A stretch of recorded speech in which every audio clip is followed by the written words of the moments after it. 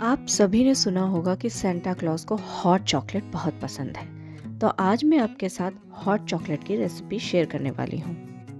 तो इसको बनाने के लिए मैंने एक पैन में करीब आधा कप मखाने अच्छे से रोस्ट कर लिए हैं।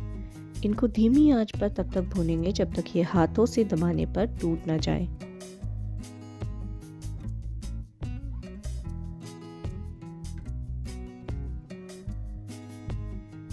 इसी के साथ मैंने यहाँ पे ले लिए हैं 20 से 25 बादाम और 10 से 12 काजू।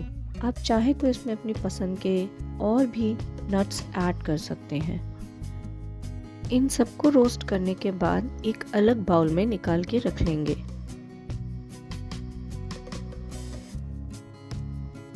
इसी के साथ हम इसमें डालेंगे 2 कप के करीब गर्म दूध।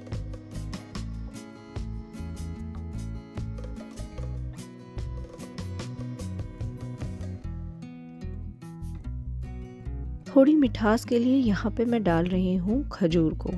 मैंने यहाँ पे 4 से 5 टुकड़े खजूर के ले लिए जिनके बीज मैंने निकाल दिए थे। अगर आपको खजूर की मिठास पसंद नहीं है तो आप चीनी की या गुड़ की मिठास का भी इस्तेमाल कर सकते हैं। इसके साथ ही यहाँ पे मैं डाल रही हूँ 2 बड़े चम्मच कोको पाउडर के, और उसके साथ ही यहाँ पे मैं डालूंगी 1/4 छोटा चम्मच वनीला फ्लेवर का कस्टर्ड पाउडर।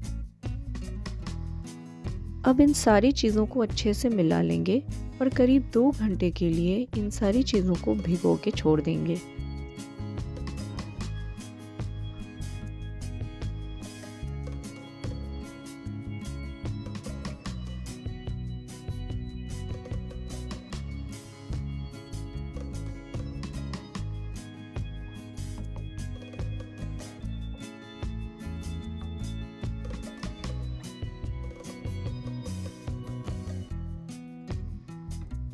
2 घंटे के बाद इन सारी चीज़ों को मिक्सर ग्राइंडर जार में डाल के अच्छे से स्मूथ बैटर बना लेंगे।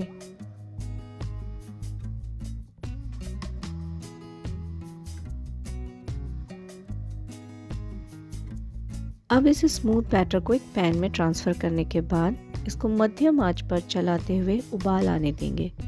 उबाल आने के बाद हम इसमें अपनी पसंदीदा चॉकलेट को डालेंगे। यहाँ पे मैंने इस्तेमाल किया है बॉर्नविल चॉकलेट का। आप मुझे दुनिया के कौन से कोने से देख रहे हैं तो वो मुझे कमेंट सेक्शन में ज़रूर बताएं। और अगर आपको मेरा ये वीडियो किसी और भाषा के सबटाइटल में चाहिए तो वो भी आप मुझे कमेंट सेक्शन में बता सकते हैं। मैं पूरी कोशिश करूँगी कि उस सबटाइटल को इस वीडियो के लिए 2 से 3 दिन में डाल दिया जाए।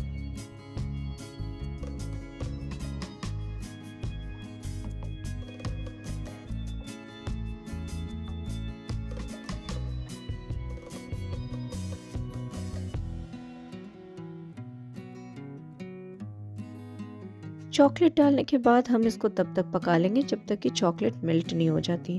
और बस हमारा हॉट चॉकलेट बनके तैयार है।